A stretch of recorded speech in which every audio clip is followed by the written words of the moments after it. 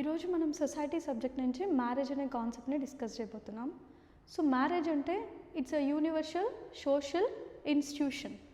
So basically ఈ మ్యారేజ్లో 2 forms of marriages మనం ముఖ్యంగా చెప్పుకుంటాం అనమాట. ఒకటి వచ్చేసి ఎండోగామస్ మ్యారేజ్, ఇంకొకటి వచ్చేసి ఎక్సోగామస్ మ్యారేజ్. సో ఎండోగామీ అంటే విత్ ఇన్ ద గ్రూప్ కనుక మ్యారేజ్ చేసుకున్నట్లయితే దాన్ని ఎండోగామస్ మ్యారేజెస్ అంటాం.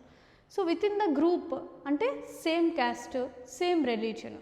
ఎక్సోగామీ అంటే with out the group. So out the group అంటే ఎగ్జాంపుల్గా మనం లవ్ మ్యారేజ్ అనేది చెప్పుకోవచ్చు. సో సోషల్ నార్మ్స్ ఏవైతే రెస్ట్రిక్టెడ్ సోషల్ నార్మ్స్ ఉంటాయో వాటిని అగెయిన్స్ట్గా మ్యారేజెస్ని కనుక చేసుకున్నట్లయితే దాన్ని ఎక్సోగామస్ మ్యారేజెస్ అని కూడా అంటాం అన్నమాట. సో ఇదే కైండ్ ఆఫ్ మ్యారేజ్ సిస్టంలో there are other forms of marriages also exist. ఆ అదర్ ఫార్మ్స్ ఆఫ్ మ్యారేజెస్కి వస్తే ఒకటి ముఖ్యంగా మనం చెప్పుకోబడేది మోనోగామస్ మ్యారేజ్ అయితే, ఇంకొకటి పాలిగామస్ మ్యారేజ్.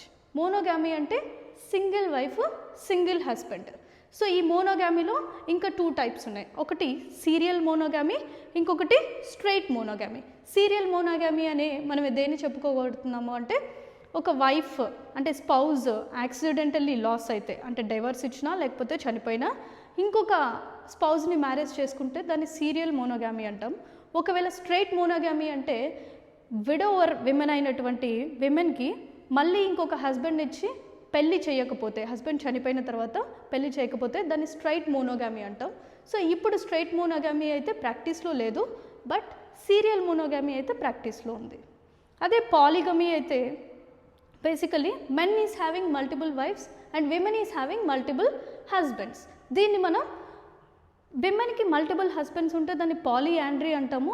ఒకవేళ మెన్కి మల్టిపుల్ వైఫ్స్ ఉంటే దాన్ని పాలిగైనీ అంటాం.